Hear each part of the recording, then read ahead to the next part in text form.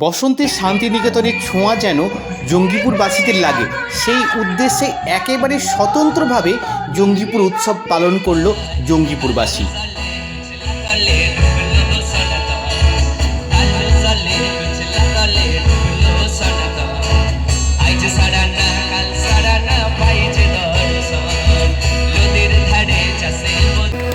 অবশ্যই জোরে করতালি হবে।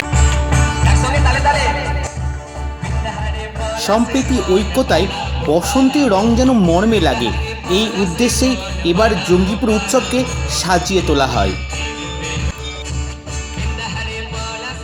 এদিন সকাল 7:30টার সময় পথ আলপনা প্রতিযোগিতার মাধ্যমে রঙে রঙে রাঙিয়ে অনুষ্ঠানের শুভ সূচনা করেন কবি অশোক মুখোপাধ্যায়।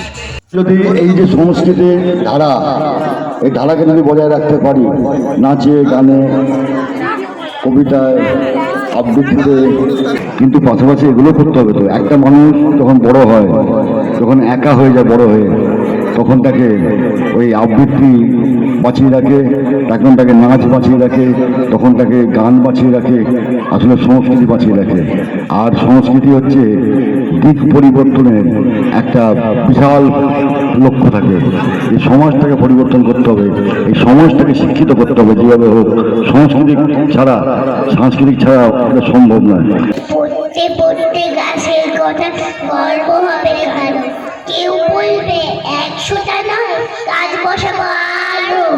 ধন্যবাদ। জঙ্গিপুর পিডব্লিউডি ময়দান থেকে অ্যানেক্স বিল্ডিং পর্যন্ত পথকে আলপনার মাধ্যমে রাঙিয়ে দিয়ে মূল মঞ্চ অ্যানেক্স বিল্ডিংয়ে নৃত্য, আবৃত্তি, গানের মাধ্যমে বসন্তের রঙে নিজেদের রাঙিয়ে তোলেন কচিকাচাদের সঙ্গে একগুচ্ছ বিশিষ্টজনেরা।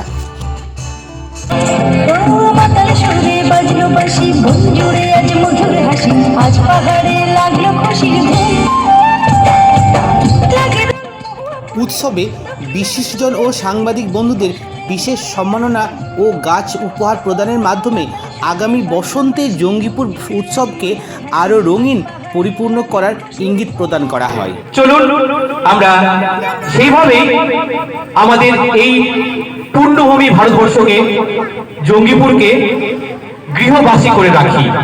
চলে যাচ্ছি আমাদের পরবর্তী নিবেদনে।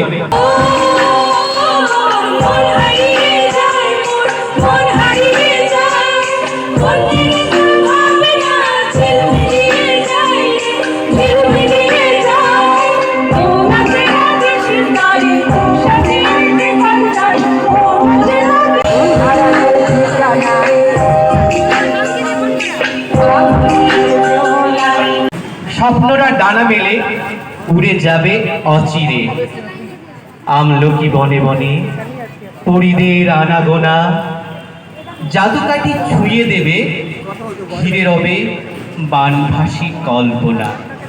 আর্ট গ্যালারিতে বিভিন্ন শিল্পীদের অঙ্কন বিশেষ শোভাবর্ধন করে।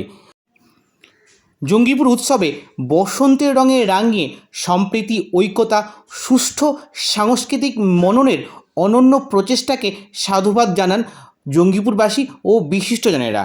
অত্যন্ত একটা চিত্তাকর্ষক অনুষ্ঠান আমরা উপভোগ করলাম। আজকের দিনটি কিন্তু অত্যন্ত গুরুত্বপূর্ণ দিন। বাঙালির যে স্বতন্ত্রতা, সেই রবীন্দ্রনাথ ঠাকুর তার যে নিজস্ব কনসেপ্ট, এই বসন্ত উৎসব, সেটা আমরা গোটা পশ্চিমবঙ্গের সমস্ত জায়গায় এটা পালন করে যাচ্ছি। এটা আমরা ধরে রাখতে হবে। এবং আমাদের যারা ছোটো ছোটো শিল্পী আমাদের পারফর্ম করলো, অসাধারণ তাদের নৃত্যশৈলী, সঙ্গীত শিল্পী তারা পরিচালনা করেছেন এবং নৃত্য পরিবেশন করেছেন। আগামী দিন এই বছরে বসন্ত উৎসবকে জঙ্গিপুর উৎসব হিসাবে পরিণত করেছে। আগামী বছর যাতে আরও ভালো করে আমরা করতে পারি, বড় আকারে করতে পারি, বিভিন্ন সাংস্কৃতিক অনুষ্ঠান, আলপনা প্রতিযোগিতা, নৃত্য গানের মধ্যে দিয়ে আমরা এই অনুষ্ঠানটা পালন করলাম। আনন্দ দাসের report, special event TV, Raghunathganj.